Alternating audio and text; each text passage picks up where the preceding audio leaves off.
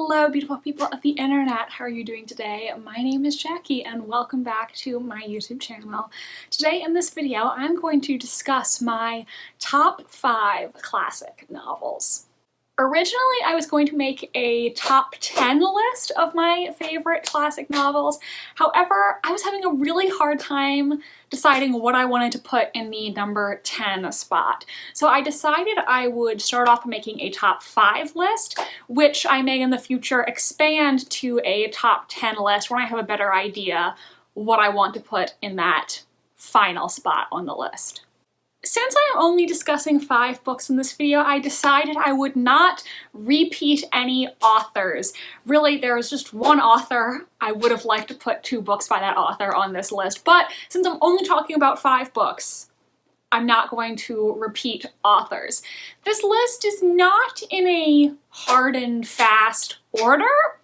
However, number 1 is definitely number 1. If you've watched my videos before, you already know what number 1 is going to be because I never shut up about this book. It's my entire personality.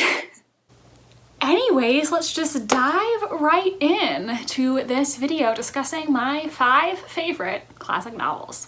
First, this book is the newest out of all the books I'm going to talk about in this video. However, even though it is not as old as these other classics, I do think it counts as a classic in the mystery genre, and this is a book that you see a lot of people really love it, and so many contemporary mysteries and thrillers are inspired by this book. I'm talking about And Then There Were None by Agatha Christie. This was published in 1940, and it is the best-selling mystery of all time. Fun fact, Agatha Christie has only been outsold by the Bible and Shakespeare, so that's pretty impressive.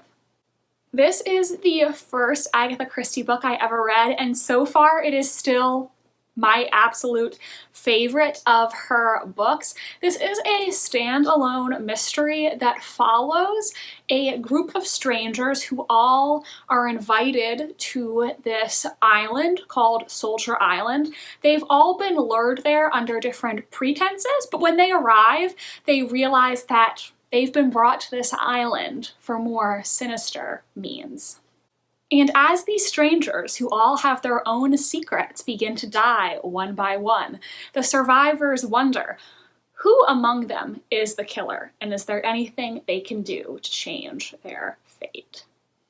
This book is absolutely genius. I can totally understand why it is so influential, because the way this book is written is so clever. The ultimate reveal is impeccable, and I think the clever tricks that Agatha Christie uses to fool her readers just amazing. This is a masterclass in mystery writing. I also think in books there is something that is strangely cathartic about seeing bad people get what's coming to them. Maybe it just appeals to that sense of justice in me. In the real world, people don't always have to pay for their actions, so I think sometimes it's nice in a work of fiction to see people get their just desserts. Next, now I don't have a physical copy of this book to hold up because my dad has my copy. He hasn't read it yet. I'm hoping someday he will, because I do really love this novel. Frankenstein by Mary Shelley. This book is so good. You probably know the plot of Frankenstein, or at least think that you do. A medical student named Victor Frankenstein takes it upon himself to create life. He wants to create a race of intelligent beings, hoping they will worship him as their creator. He decides to do this by stealing body parts from graves and using electricity to reanimate this creature. He does end up creating a creature, however, it doesn't go according to his plans. Something about Frankenstein that I really love is how it's so complex and there are so many different themes, and I think different people are all going to read this book and there are going to be different things that stick out to them about it. When I first read this book in college, what really resonated with me was It's warnings against human greed, and I do think there is a underlying plot element that really deals with how women are often forced to suffer because of the arrogance and the mistakes of the men around them. And I feel like that underlying feminist message really resonated strongly with me as a young woman. Before I read this book, I imagined Frankenstein's monster as the green guy that you see in those old movies. However, that depiction of him is quite different from how the creature is in the book. He is actually very emotional and sensitive and intelligent, and I really felt a lot of sympathy for the creature. He is a much more complex figure than he is in those old horror movies. One thing about this book is it does have a framing device, and I've seen a lot of people on BookTube, when they try to pick up this classic, say that they are having a really hard time getting into it because of the framing device. So if you want to read this book, just try to power through that introductory section. It's not very long, and once you get through that, I think you'll find the plot is much more interesting. So if you are struggling a bit at the beginning, don't worry, you're not going to be stuck in that frame story for very long. So I think this book is definitely worth a try if you haven't read it yet. Next, I wanted to mention Jane Eyre by Charlotte Bronte. I've only read this book once, and I really want to read it again because when I read it, I absolutely loved it. This Victorian classic follows the title character Jane throughout her life, from being a child to being a young woman working as a governess. Her start in life is very difficult. She is raised by relatives, some of whom are very cruel to her, and she endures a lot at the boarding school she is sent away to. Eventually, as a young woman, she becomes a governess at the estate of Mr. Rochester.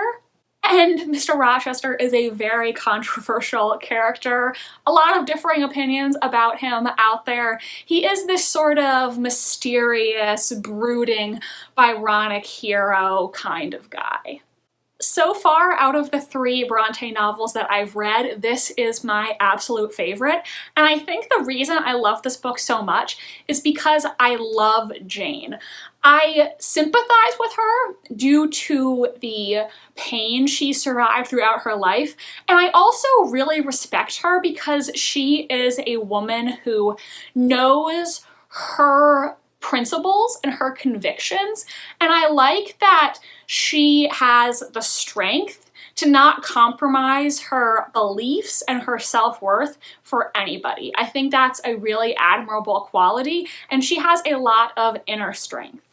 I also love that Jane is described as not being beautiful. She is a plainer looking woman, but that doesn't mean that she's not complicated and interesting and amazing, because women are so much more than just our appearance. I just really love this book. I love Jane. I personally am okay with how it ends. I know some people don't absolutely love the ending, but I get what Charlotte Bronte was trying to accomplish from a narrative standpoint, and I respect that. I just really love this book, and I really want to reread it sometime in the near future. Next, I want to mention a book that I have loved pretty much all my life, Little Women by Louisa May Alcott. I only read the full classic recently, but when I was a child, I had an illustrated version of Little Women that was made for kids, and I read that book so much, the spine fell apart and I had to get a new copy. I have a lifelong love for this book. This novel is semi-autobiographical, and it follows the 4 March sisters who live in Massachusetts against the backdrop of the American Civil War. The March family are just an amazing family. You can really feel their warmth and their love for each other. I think if you had to pick a fictional family to be a part of, This one would be a pretty good one to join. They don't have a lot of money, but they do have a lot of love and support for one another.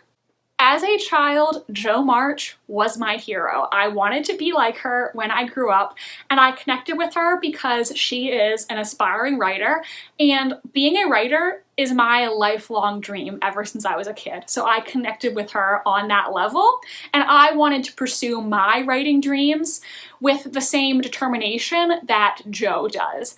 Now, as an adult, I do have a deeper appreciation for the other three sisters as well. I actually really love Amy now. I think she is low-key hilarious, and so I really love her character. Ultimately, this is just a really comforting classic novel. It has really cozy vibes. It was originally intended for younger readers, so I don't think it is very hard to read. If you're looking for a classic that doesn't have super difficult language, I think this would be a good one to pick up. Also, my hot take about Little Women, I love Professor Bhaer, okay? Sue me. Like, if he only has one fan in the world, that fan is me, okay? I love that man. I'm also just obsessed with this Puffin and Bloom edition. I think it's the cutest thing. I just absolutely adore it. Look at that cover. So cute. Finally, without a doubt, number one on this list, this is not only my favorite classic novel, it's my favorite book ever. It's my favorite book of all time. If you've seen my videos before, you knew it was coming. You knew it was going to be number one. Pride and Prejudice by Jane Austen. Literally loving Pride and Prejudice is just a core part of my personality. I never shut up about this book, or the 2005 film, or how much I love these characters. I'm just a Pride and Prejudice stan forever and ever and ever. Like, I'm still gonna stan Pride and Prejudice when I die. My love for this is eternal. So this classic novel follows the Bennet family, Mr. Bennet, Mrs. Bennet, and their 5 daughters. Mrs. Bennet really wants to see all of her daughters married to eligible, financially secure men because their family estate has been entailed, so when Mr. Bennet dies, it will pass to one of his male relatives. The daughters will not be able to inherit the house, and so if their father were to die, they would have very little to live on. A eligible young gentleman named Mr. Bingley moves into the neighborhood, bringing along his family and his best friend, Mr. Darcy. And so Mrs. Bennet kind of sets her sights on seeing one of her daughters married to one of these eligible men. However, Mr. Darcy is a very proud, quiet sort of man, and the Bennet family, particularly the second daughter, headstrong Elizabeth, do not like him when they first meet him. What do I love about this book? Where can I even begin? First of all, Elizabeth Bennet is an amazing character. She is so smart and spirited and clever. I also had an illustrated version of Pride and Prejudice as a kid, so in addition to Jo March, my other childhood hero was Elizabeth Bennet. I wanted to have her confidence and wit when I grew up. I don't think I accomplished that, but that's who I wanted to be when I grew up. I wanted to be like Elizabeth Bennet. I also love Jane Austen's style of writing, and I think she is really funny. A lot of people who haven't read Jane Austen before think that her works are basically romance novels, and while the romance in her books is great, I think there is a lot more going on than just romantic relationships. There's a lot of social commentary and humor in her books that I really appreciate, and I think that everyone should give Jane Austen a try, really. If they even have the smallest bit of interest, give her a go. She is an absolute delight. Now, like I said, Jane Austen's books are not all romance. However, I will say the main romantic relationship in Pride and Prejudice is my favorite romantic relationship in all of literature, perhaps in any work of fiction in any medium. I think these two characters are so perfect for one another, and what I love about their relationship is how they are both able to grow as people from having known one another.